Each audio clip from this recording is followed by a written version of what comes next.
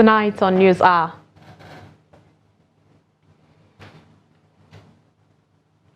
Bandit raid in Katsina State claims 8 lives in Lamba community. Devolution of power, state police top priorities as part of constitution review. As heat waves hit most parts of Nigeria, medical experts warn against health risk. And from the international scene, ordeal of Rafah residents continue as Israel intensifies attack. Hello and welcome to Trust TV News Hour. I am Sumaya Abubakar. And now the details. At least 8 persons were killed after bandits attacked Lamba community in Kurfi local government area of Katsina State. Now, despite the ongoing efforts of the state government to address the issues of insecurity within the state, this recent incident highlights the urgent need for further action and intervention. Trust TV's Jamil Mabai reports. Lamba village, a once peaceful community, now bears the scars of a brutal attack. Bandits stormed the village, leaving a trail of devastation and shattering hopes of affected families. But beyond the statistics lie individual stories of pain and resilience. Samai Ilagiwa clutches what is left of his life, his gun, after narrowly escaping bandits' attack on his community. Others weren't just that lucky. After I parked my bike, I came out and 2 bandits chased me. We exchanged fire before I escaped, but my colleague was killed there and then.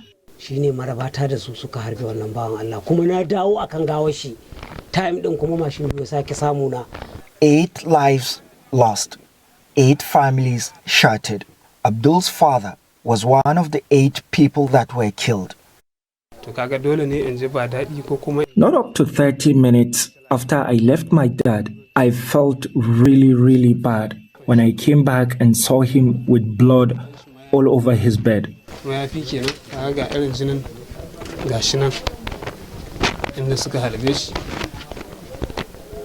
While some villagers mourn, others sought refuge in graveyards, a place of eternal rest, hoping that the bandits' attack would pass someday soon. Lamba is not alone. In less than a month, the attacks have left a co-commandant dead in Kankara, while 6 others were killed in Faskari. Experts are demanding more from the government. This community watch as voluntary organization as the vigilantes. They're not employed by government fully, unlike the police or the army or the civil defense or anybody. They're just a voluntary outfit. And mind you, these people, they have to earn their living, because from what we understand, they're not fully paid by the government. They're only being supplemented. So one has to go and search for his, especially within, the life it is now. So I'm not surprised that the community watch can do very little. See, they can only perhaps, respond if an attack is in the location where they happen to be there. But they cannot be everywhere. You see, and the bandits outpower them. The government should try and see if it can expand these operational activities, whereby they make a joint operation of the community watch, the vigilantes, the police, the civil defense, and any other, agency that could come and probably be stationed in a very strategic location, maybe along Dusama or Safana, or even the Rugu area, whereby the bandits set fire to houses, food stores, shops, and the Katsina State Government and the Nigerian police are yet to release any statement on the attack. Jamil Mabai, Trust TV, Katsina. Troops of the Nigerian Army have neutralized a notorious bandit and insurgent, Boderi Isiaku, as some of his fighters after a gun duel around the Bada Riawa general areas of Chikun and Igabi local government areas. But Eri, as he was simply known, had for nearly a decade propagated a reign of fear, death and destruction in Kaduna State and neighboring Niger State, with a trademark of brutal attacks, mass abductions and cruel, relentless killings.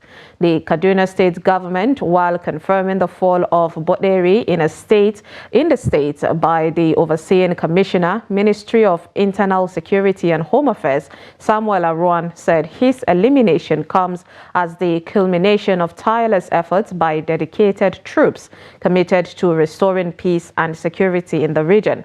Aruan said 2 of Boderi's associates were also neutralized in the operation, while troops recovered 2 AK-47 rifles, 300 rounds of ammunition, 9 AK-47 magazines, 1 magazine carrier, 1 Bafeng radio set, and 5 motorcycles. He said the elimination of Boderi Isiaku as a notable milestone in the ongoing fight against terrorism and banditry demonstrates the effectiveness of determined and coordinated efforts by security forces in confronting those who seek to spread fear and chaos. Boderi, known for his ruthlessness and cunning, had long eluded the grasp of security forces while orchestrating the kidnappings of prominent figures, innocent civilians, school children, and students with impunity.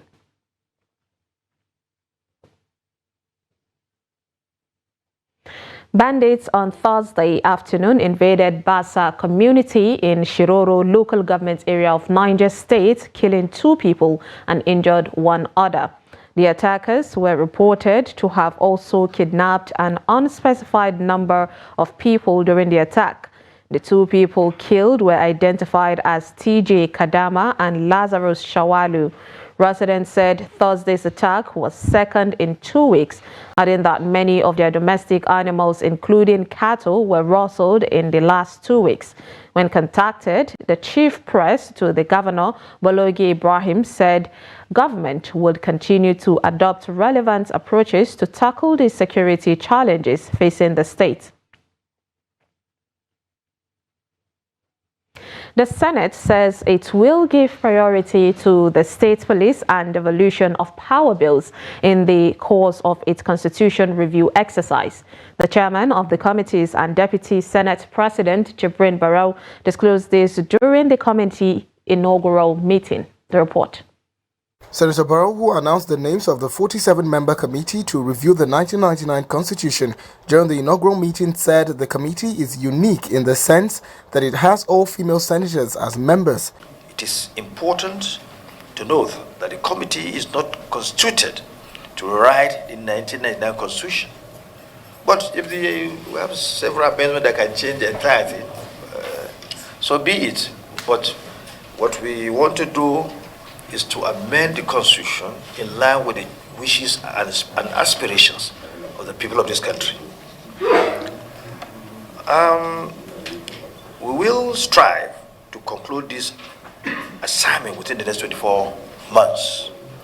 I enjoin us to be committed to the activities of the committee because the task ahead is huge. Some of the issues already canvassed by some critical stakeholders are quite delicate. In their contributions, the lawmakers suggested the use of the template adopted by the 9th National Assembly by avoiding a lump sum document presentation made in the past and rejecting presidential assent due to 1 or 2 controversial issues. This time around, why don't we try as much as possible to prioritize them? After prioritizing them, we take the ones that we know are very critical, like issues of the state police, like the devolution of our areas that we feel will have direct impact on our constitutional setup. The Constitution has prescribed how it can only be amended, and it's only through this process. So how else do you do it? So I think we need to seek for the understanding of Nigerians that this is a very important process that the National Assembly will always embark upon. I want to say that one of the primary reasons that we seek to amend the Constitution is the fact that The Constitution is a life instrument and is the grand norm that governs our society. And as such, given the dynamism of a modernizing society, I want to think that we will continue constantly to review the Constitution to plug in all loopholes that might impede national integration, cohesion, and development. We have seen the benefit of dividing the proposals into bills because the former president signed so many of the bills, so many. We had phase 1, then phase 2, and going back, because we still had to go back to see the former president, say, why don't you sign this remaining 19? Then they will go back and look at. But if we start in good time, we should be able to address the concerns that may be expressed as reservations. There is always the feeling that we have not moved fast and far enough. But the National Assembly since 1999 has been making progressive amendments. And some critical areas have been attended to already, particularly in the last assembly, in the 9th assembly. We did a lot, as you all know, especially in the area of devolution. President of the Senate, Godswill Akpabio, had last week inaugurated 47-member Constitution Review Committee of the 10th Senate.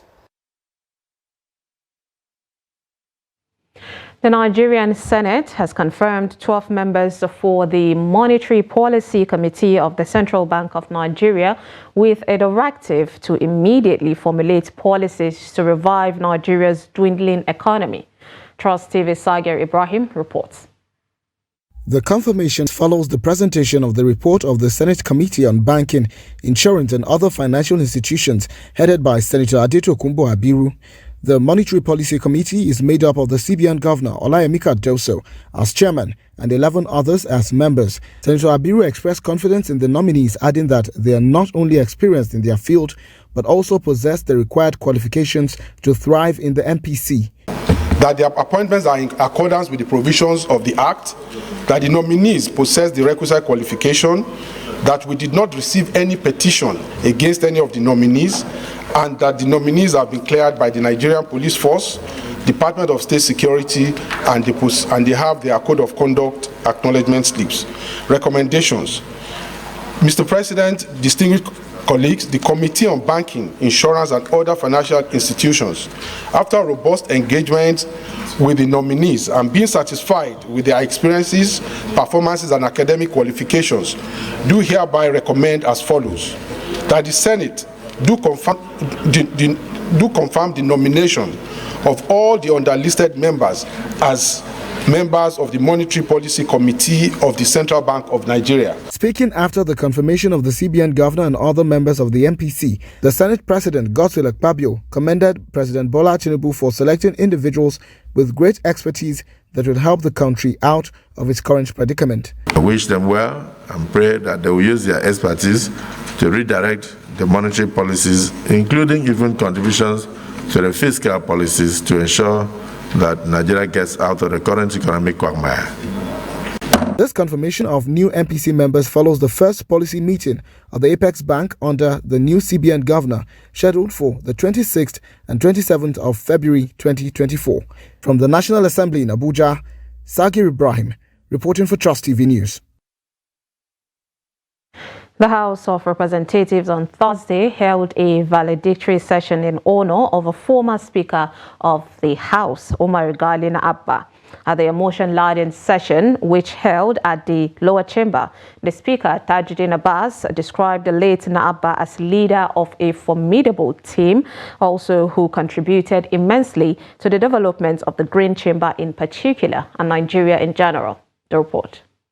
Gali Umar Abba, a prominent figure in Nigerian politics, passed away on December 27, 2023, in Abuja after battling with a prolonged illness.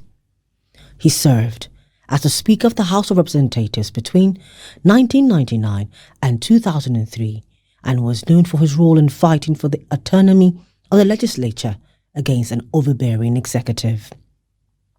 Speaker of the House, Abbas, in his remark, recalled the contribution Abba made in advancing the cause of democracy in the country. He said the departed speaker's tenure ensured the independence of the legislature, which recognizes that a true democratic society thrives when its legislative arm operates without undue influence and freely articulating the will and aspirations of the people. The vision of Honorable Julius Abur has been supported by successive administrations, with the executive arm working in concert with the National Assembly to ensure good governance, transparency, and accountability. All the lawmakers described the late Abur as a passionate, consistent, and disciplined Democrat who contributed his quota to the development of the state and Nigeria. He was a good man, a distinguished Nigerian, and we need to keep the families of those kind of people in good shape. A certain forgetfulness about the men and women who fought for this democracy, who sacrificed to sustain it, and the hard work it took to achieve the vision of the government of the people, for the people, and by the people. No longer do we celebrate just wealth. We celebrate a man who believes that democracy is the best option. And this is a message to those who are thinking of other options. There is no option better than democracy.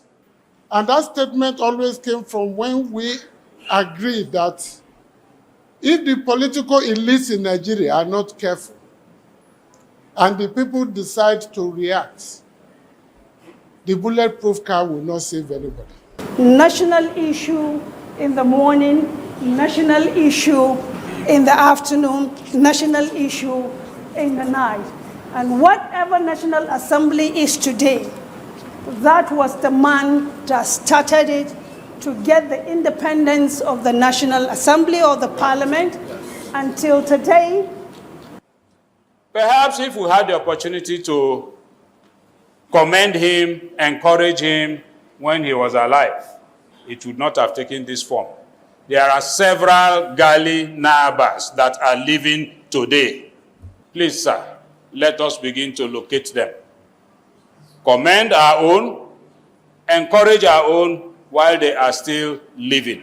The former speaker, Abur, was born on September 27, 1958, in Kano State and was a member of the People's Democratic Party, PDP. On health matters, 4 people have been reported dead following a suspected outbreak of Lassa fever at the 44 Nigerian Army Reference Hospital in Kaduna. The Chief Press Secretary to the Governor of Kaduna State, Muhammad Lawal Shehu, who disclosed this on Thursday, said Governor Obasani has directed the State Ministry of Health to immediately investigate and ascertain the situation of the health facility. Shehu said a surveillance team has also been mobilized to assess the situation while containment measures were initiated alongside the hospital management. He added that those who came in contact with infected victims have been identified and are closely being monitored while receiving urgent medical treatment.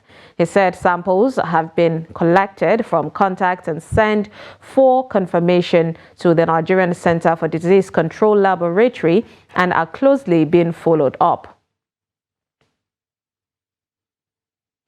Health workers in Jalingo, the Taraba state capital, have advocated the use of protective gears against the scorching sun and dust in order to reduce the effect of surging heat waves. They also called for adequate water intake to avoid dehydration. The call follows the recent heat wave that has made managing the dry season a little more challenging than usual. The report. Throughout Nigeria, there's been a surge in complaints about excessive heat attributed to shifts in weather patterns. Consequently, the Nigerian Meteorological Agency and other health organizations have issued advisories urging precautionary measures among members of the public. However, for street hawkers in Jalingo, the Taraba state capital, the challenge is particularly acute as they must endure selling their wares under the relentless scorching sun as temperatures rise to 39 degrees. Ply my trade under the sun with the help of a wheelbarrow because I don't have a shop. Secondly, shop owners don't want us to stay in their premises on the basis that we cover the view of the shops. So we have nothing to do but to keep moving under the sun. I drink a lot of water to help me stay hydrated. We are facing different challenges due to the hot weather. Although it is uncomfortable, we have nothing to do than to thank God. The intense heat wave has resulted in health implications for some individuals, leading to various health challenges. Actually, the weather has affected so many people. I'm even one of the victims because since the last Harmattan, the Harmattan that started, I think I suffered from this cough and catarrh. And since then, it hardly goes, even all upon the treatment you take. It's not only here in our country, Nigeria, it's all over Africa, what we have noticed. When you drink water, just about some 10 minutes, you still feel thirsty. And you have to take too much water because if you don't take too much water, you will not be in good health. Because of the weather, as I'm like this Harmattan, you see dry truck. The truck will be dry, so by taking much water, excess water, then will help the body to function very well as is expected. Health practitioner Caleb Agada recommends that residents increase their water intake and utilize protective gear to shield themselves from the sun and dust. And a lot of times you find dehydration, and that tends to be a major issue, and this can cause a lot of other things. It can lead to heat stroke. This can also lead to renal damages, renal impairments. So it is advisable that in periods like this, drink lots of water, drink adequate water. It is advisable because this will help to protect one's kidney and also help to improve one's health. Despite the challenges posed by the situation, many remain hopeful that improvements will occur in the near future, despite projections showing a steady rise in temperatures in the coming weeks. Residents of Matazo local government area of Katsina State are groaning acute water shortage following abandonment of semi-urban water supply scheme, which will provide water for public and animals consumption to the area. The water scheme initiated by Katsina State government in 1994 was faulty for the last few years, throwing residents into serious water scarcity. Abdullahi Amadi visited Matazo town recently, and he tells us more in this report. This development has left Matazo residents struggling daily to get water for their consumption and other domestic purposes, a situation that inflicted too much pains and hardship on the people. Residents were seen moving from one point to another in search of water, forcing many to patronize local water vendors, though not very healthy for consumption. Because of the water shortage, residents have to wake up early in the morning to fetch water at some private residences, or in the alternative, buy it from the vendors at exorbitant rates. This water supply scheme was faulty for quite a long time now, and residents are seriously suffering. Kindly let the government come to our aid. The state government, we know, is doing its best, and it has been doing a lot to make us happy, but we need more. Some residents said the Matazo semi-urban water supply scheme, which had about 13 functional boreholes in the past, with underground and overhead tanks, used to supply water to over 10,000 residents, who are now at the mercy of vendors. Because as at now, we can pump the water using the electricity, which has its own negative impact on the system, because it's not quite reliable. The electricity is epileptic, and when there is a little situation, you find out there was so many damages in the electrical system. So as such, it needs to be upgraded to a modern system, and a bigger generator with much higher capacity to form all the boreholes at the time is required. However, Katsina State Government, through the Small Towns Water Supply and Sanitation Department, said such projects are expected for upgrade and rehabilitation soon. Now, the 2024 budget has captured the Matazo project and the Musa and Entumaki, which are already ongoing.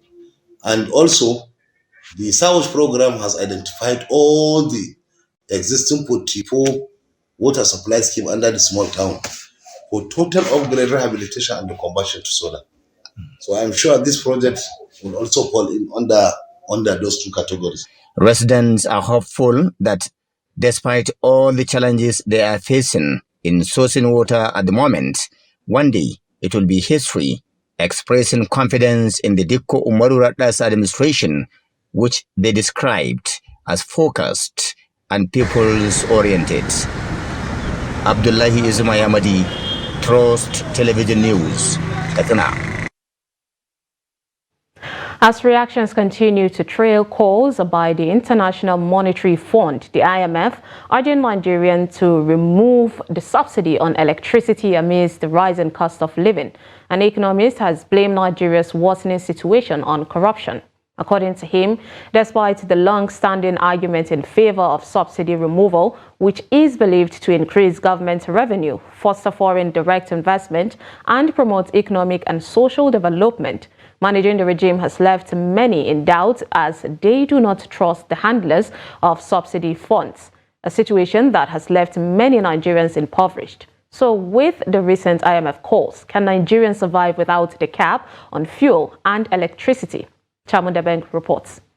Removal of fuel subsidy came with untold hardship for Nigerians as the hike in the cost of fuel directly impacted the price of goods and services. Sadly, this was only the beginning of Nigeria's woes as inflation has been on a steady rise. Today, the consumer price index sits at 29.9%. Beyond this, Nigeria also grapples with the waning strength of the naira as the current exchange rate fluctuates between 1,800 to 1,900 naira to $1. The impact of the high dollar rate has shown itself in the electricity sector, with several discos calling for an increase in tariffs. Recently, the Minister of Power, Adebayo Adelabu, stated that the federal government can no longer sustain electricity subsidy due to a 3 trillion naira debt to both Gencos and Gascos. The request by the International Monetary Fund to completely remove fuel and electricity subsidy is an issue that has left several experts worried about the reaction of Nigerians. You don't push somebody who is already down the abyss without any form of pity. The person will be forced to react. In that reaction, you don't choose how it will come, whether peacefully or violently. So why is it that anytime you hear IMF, World Bank, the first thing they will tell you is to add more hardship to the people? Who does that? And why is it that whenever IMF want to advice, the advice is always anti-poor? Why is it that IMF will never advise government to cut costs in governance by cutting the costs of the luxuries of those that are in power?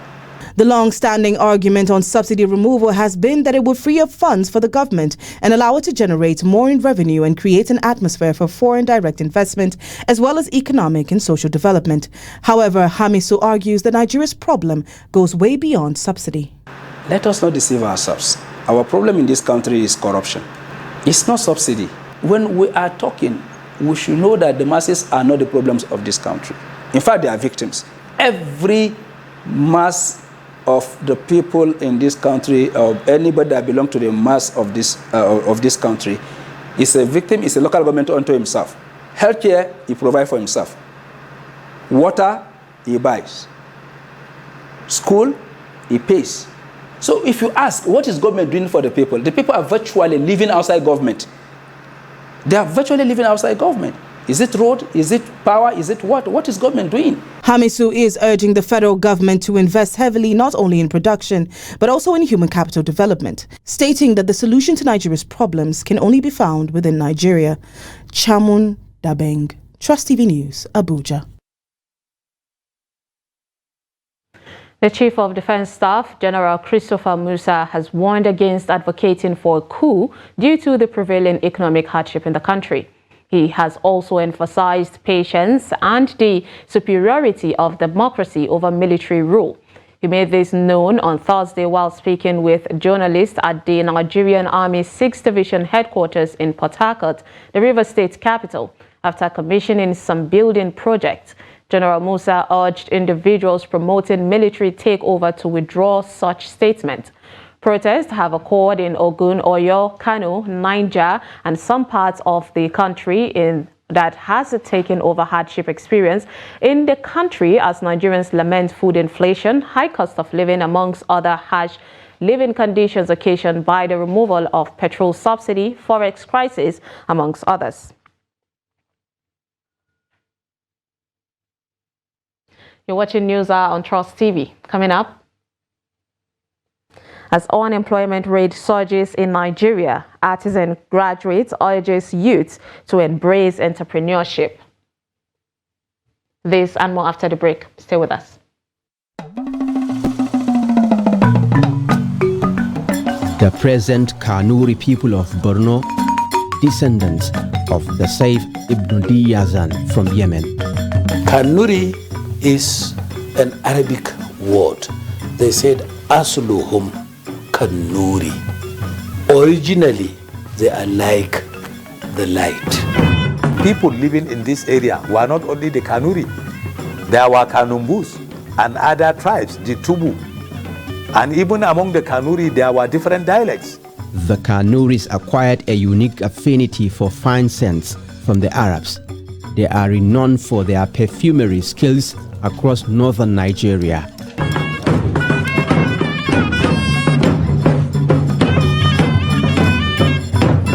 Hakan inke hula ya hana mu karatu. Gwanda mun bar inke hula mun je wajen karatu. The Kanuris have remained resilient and resolute in their resolve to preserve the legacies of their ancestors through food, art, religion, and commerce.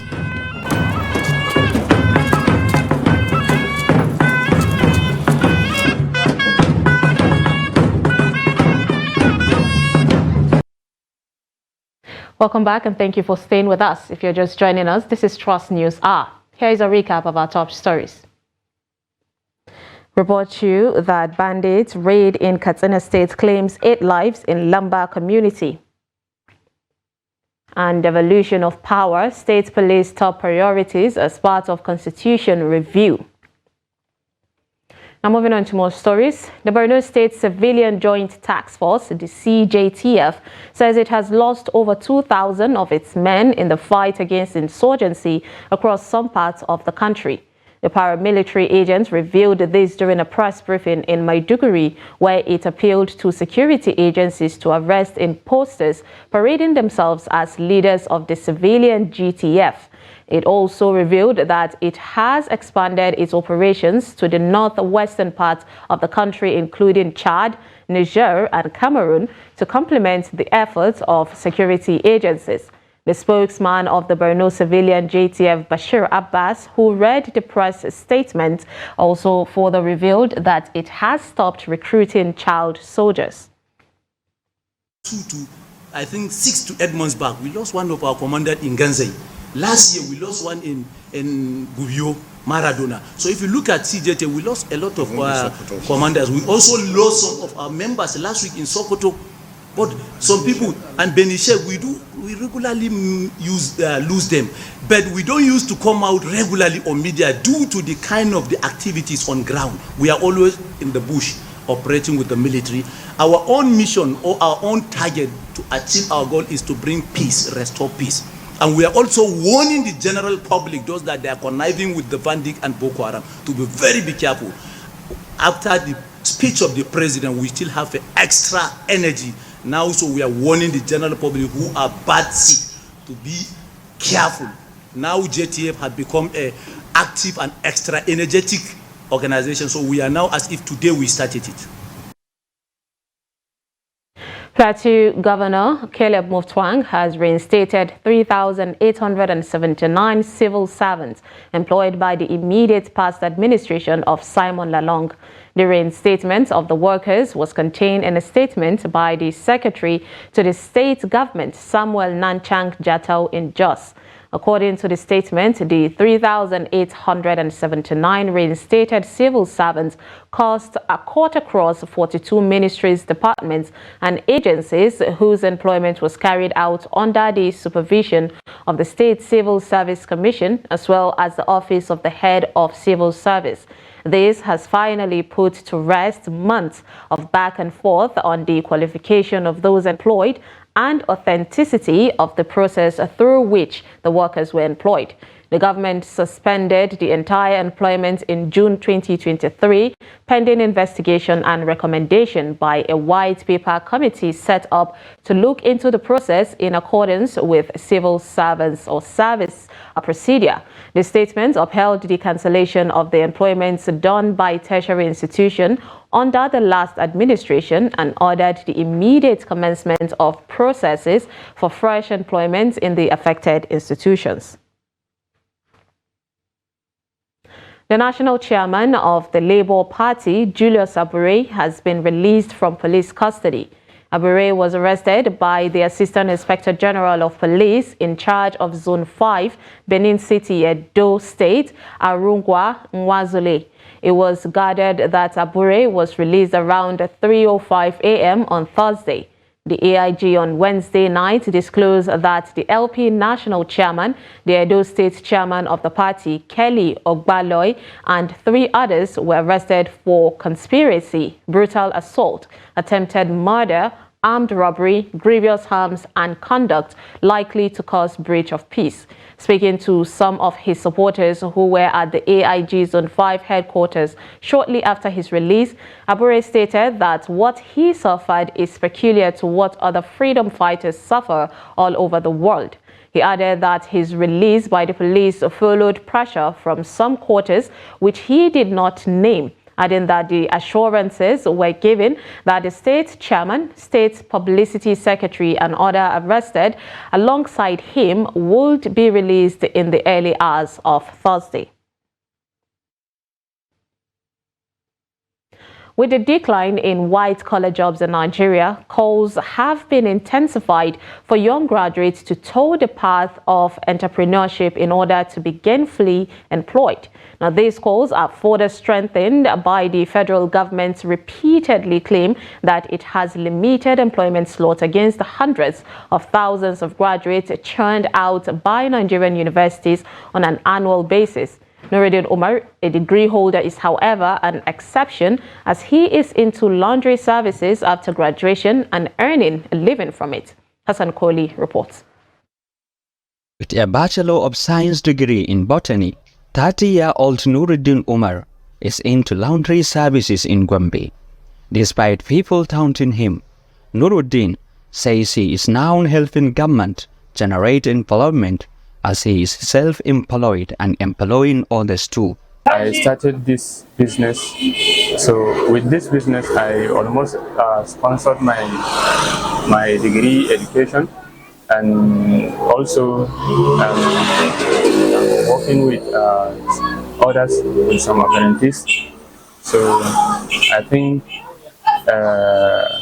working with them is like I do create another job opportunity. Nuruddin believed that starting a business is the only way for graduates to prove that they attended higher institution instead of waiting for government to employ them. I'm calling on graduates like me not to rely on government to give them job. They should go and at least find something or small business which the capital will not be hard for them. So in order to sustain their living. Economic expert suggests that starting a small-scale businesses will boost the Nigerian economy by creating more job opportunities among the teeming graduates. Hassan Kohli, Trust TV News, Gombe. Federal Capital Territory FCT Minister Nyesom Wike has pledged to expand and construct roads in Gwagwa, Dede, Karimo and Idu to elevate commuters' stress on roads within the FCT. Wike disclosed this while officially flagging off the construction of a 5-kilometer road in Abaji. Habibat Ajayi has more. The flag-off of the project in Abuja Municipal Area Council marks the final phase of the first wave of rural satellite town roads construction in the FCT. Wike, while reiterating the indispensable role of robust infrastructure in advancing development in the FCT, emphasized that the project aims to enhance transportation within the community, stimulate economic activities and improve the overall quality of life for residents of the Abuja Municipal Area Council. Mr. President has told me to tell you that what we are doing, we are not doing you a favor. You are entitled to it. It is our responsibility to do it. So, we are not doing anything that is extraordinary. I can assure you very well that the problems we are facing will be a thing of the past sooner. The chairman of Abuja Municipal Area Council expressed gratitude to the minister for the project and called for swift completion of previously abandoned projects. Today is a very significant and remarkable day to the good people of Saburi because their long-awaited requests and demand have met via your pragmatic, tremendous and unprecedented leadership as the Minister of FCT. The road that you are constructing now, we are much grateful. By constructing this road, to link the old Kefi road will serve, but it will never be enough.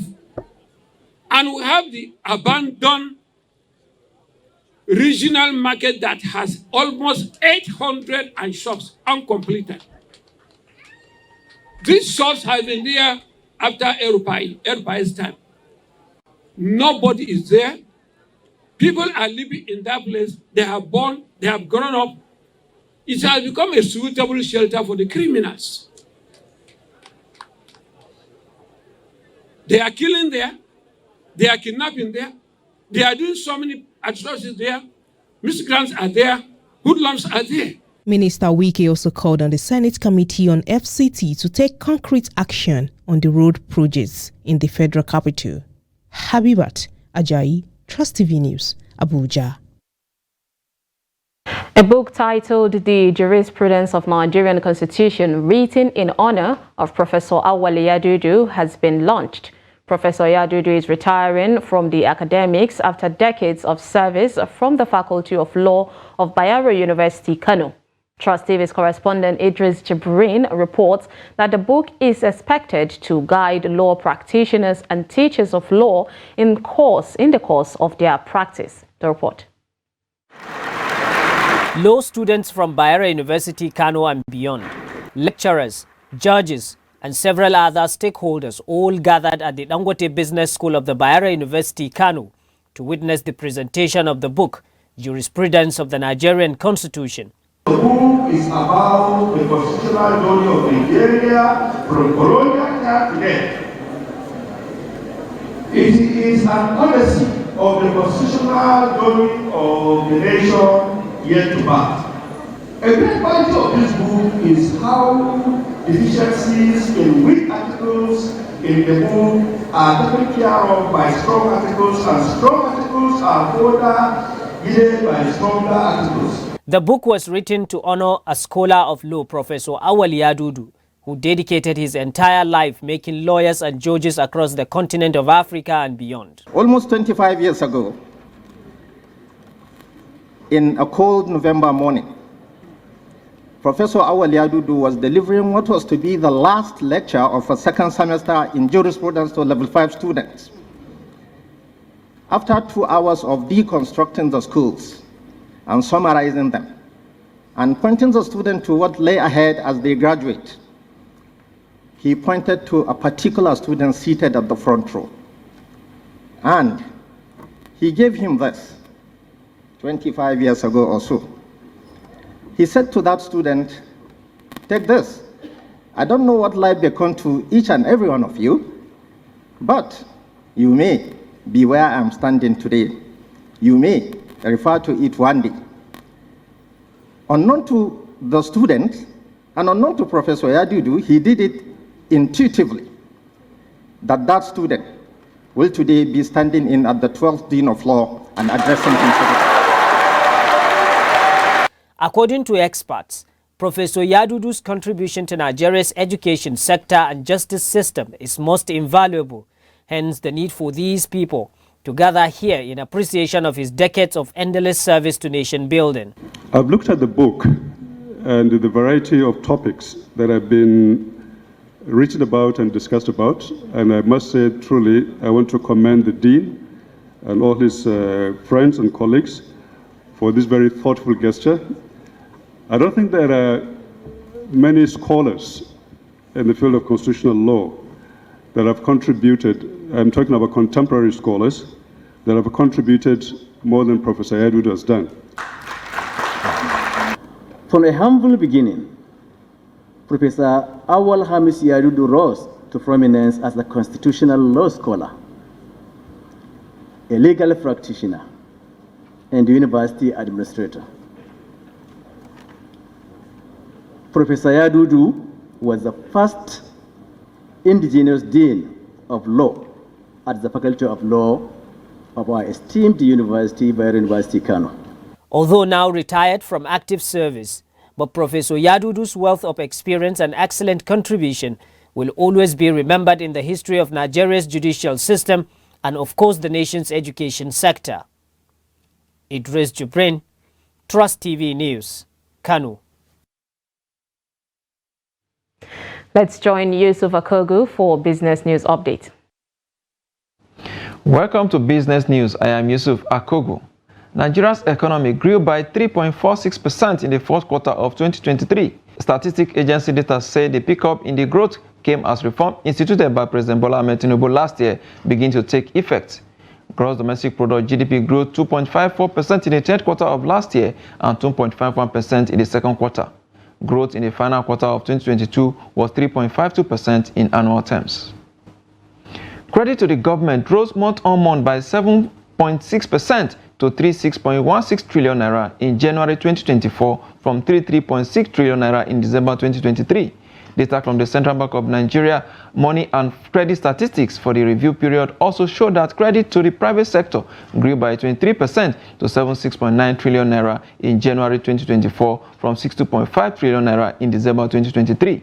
Consequently, the net domestic credit to the economy rose to 113.1 trillion naira in January 2023, representing a 17.5% growth from 96.18 trillion naira in December 2023.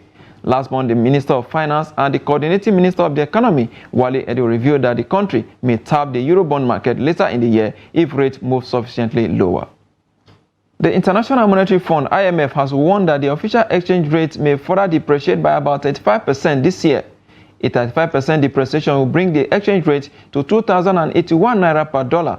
The fund added that this could lead to inflation rate peaking at 44% before the monetary policy tightening could bring the situation under control. In its February 2024 Post-Financing Assessment and Staff Report, IMF noted that the nation's monetary policy is currently insufficient to bring down inflation below 20%, while pressure on the naira persists. According to the Bretton Woods Institution, the country will benefit from developing a comprehensive macroeconomic and growth strategy in collaboration with support from development partners. Now to the food commodities. Market price for major food commodities such as grain and vegetables oils have risen sharply to historic highs across the country. Let's see how it's looking like today. A bag of sugar there, talking about 50 kg, is going for 90,000 naira at Marna Market. That is Sokoto State. Gari, 50 kg as well at Ogbete Market in Enugu State is going for 45,000 naira for that. That's a very huge amount. You will say rice at Utako Market here, depending on the brand you're buying, but the average price is around 75,000 naira for 50 kg bag. 100 kg at Ogbogonogo Market down there in Delta State is going for 56,000 naira. Of course, beans there at Dankaba market in Kano State is around 72,000 naira as well. Price for 50 kg and soya beans as well in Benue State. Talking about Zakibia market is going for around 74,000 naira indeed there as well. Moving on now to the stock market. Indeed, the market closed negative as profit taken by investors in late trade did drag down the market indeed. Let's look at some of the equities that lost today. We have a flour mill there losing 10%. Cadbury Nigerian PLC also down by 10%, and of course UPL also recording a huge loss there of 10%, and of course that has dragged down the market marginally, though you will say, by 0.12%. Volume of trade 252.997 million, value at 4.944 billion naira in a days of 7,248 did exchange hands among investors today. Talking about the top trading equities by volume, we have First Bank of Nigeria holding there, talking about the FBNH. 31.021 million shares is traded. UBA United Bank of Africa 22.281 million shares is also traded. It traded as well, while Access Corporation also traded 13.689 million volume of shares as well. Of course, we have some equities that gain despite the negative closure of the market. Okay, so one of them is Suno Assurance, an insurance company gaining 10% at the close of market today. Omatech recording 10% gain as well, and of course Julie also gained 9.79%. So the highlight of the stock trading as it went down this Thursday on the floor of the Nigerian Stock Exchange.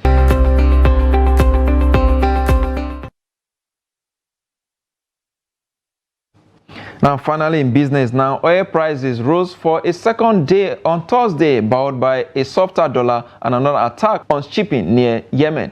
At the London market, Brent crude sells for $82 per barrel. For the OPEC basket, price also steadies at $82 per barrel. That's business news. I am Yusuf Akogu. Thank you, Yusuf, for that update. Now, from the international scene, people in the Rafah area of the Gaza Strip were clearing through rubble and debris on Thursday after Israeli jets struck 7 locations in the southern border town. A mosque and a residential building were hit, killing 4 people.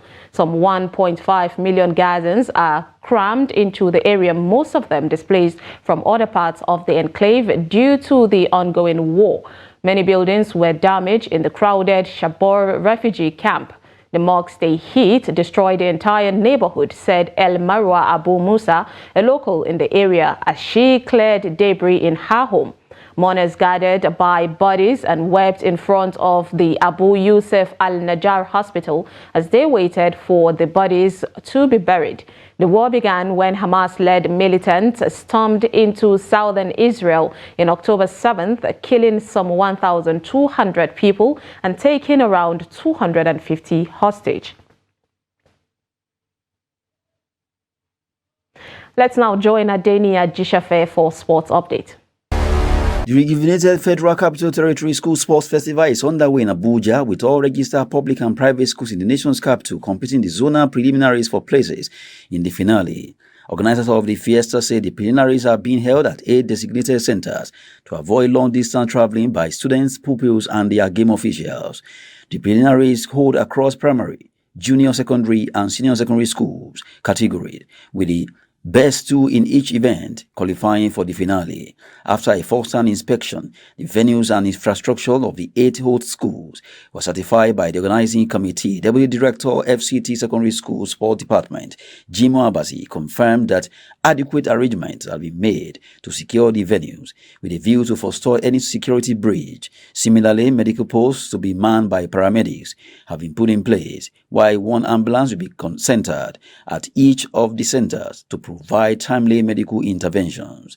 The zonal preliminaries across all 3 categories are due to end on March 2nd, 2024, while a break will be observed from March 4th to 9th, before the finale scheduled for March 11th to 14th at the main bowl of the MK Abiola Stadium, Abuja, and its adjoining facilities. And still in sport, the Athletics Federation of Nigeria, AFN, has invited 33 athletes comprising 17 men and 16 women to camp ahead of the 13th African Games scheduled to hold in 3 Ghanaian cities of Accra, Cape Coast, and Kumasi in March. Olayinka Olajide, winner of the women's 100-meter headlines the team that will be camping in Abuja from Thursday, 22nd of February, to the contingent departure to Ghana. Other Amazons on the list are sprinters Blessing Ogundiran and Tiana Justina, Kotamaila, Esther Joseph, Patience Okon and Esther Okon, Fakurede Adekalu, Enoch Adegoke, Israel Okon and Consider Ikanem are the male sprinters heading to the Abuja camp. Samuel Nukeku, Teye Endurance, Solomon Aliu, Kayode Yahaya, Deji Aliu, Mohamed Dabo, and Gabriel Okon are some of the experienced coaches that will be working with the athletes in camp. That's Sport News. I'm Adeni Ajishafe. And with that, we have come to the end of Trust TV News Hour. Do not forget to follow us across all our social media platforms and join our YouTube live stream for more news programs and documentaries. I am Sumaya Abubakar. Thanks for watching.